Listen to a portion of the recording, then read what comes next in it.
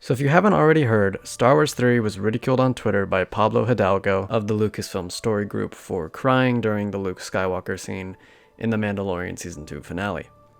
Pablo Hidalgo essentially commented, "Emotions aren't for sharing," amongst other things on Twitter when he saw Theory's reaction, which led to Theory responding in his own video last night.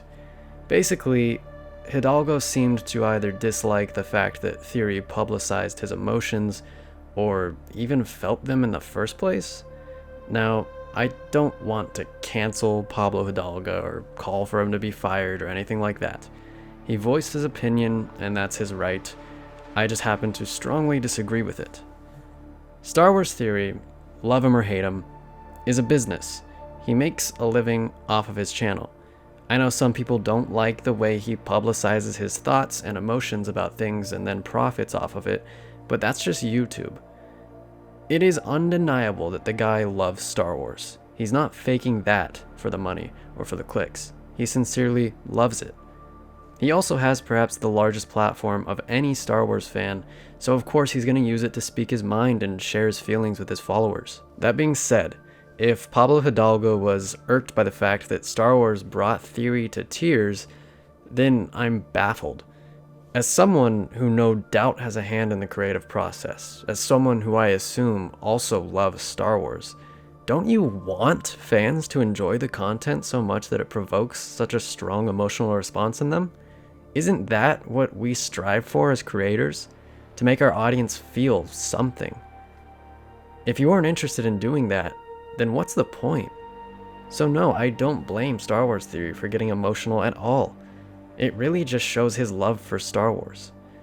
Star Wars is just one of those rare franchises that can bring about those emotions just by being Star Wars, especially when it's done right. Star Wars is powerful. In 2016, when the second trailer for Rogue One came out around August, I watched it with my dad. We were so excited when at the end Darth Vader was shown, and Darth Vader was our absolute favorite character in Star Wars. So yeah, we were pretty excited. I remember my dad telling me that he hoped we'd get to see Vader go on a rampage and kill some rebel scum in Rogue One. After all, we never really got to see him do that in the original trilogy. And a few months later, as the Vader hallway scene was playing in the theater, there I was smiling from ear to ear with tears in my eyes. My dad passed away about a month before Rogue One came out. He never got to see that awesome Vader hallway scene. And I know he would have loved it just like I loved it. You know, it's an odd scene to get emotional about, just watching Vader slaughter some poor rebels. But I'll always think about my dad when I see that scene. Star Wars Theory had his reasons for getting emotional at the sight of Luke, just like I had mine at the sight of Vader. It's the power of Star Wars.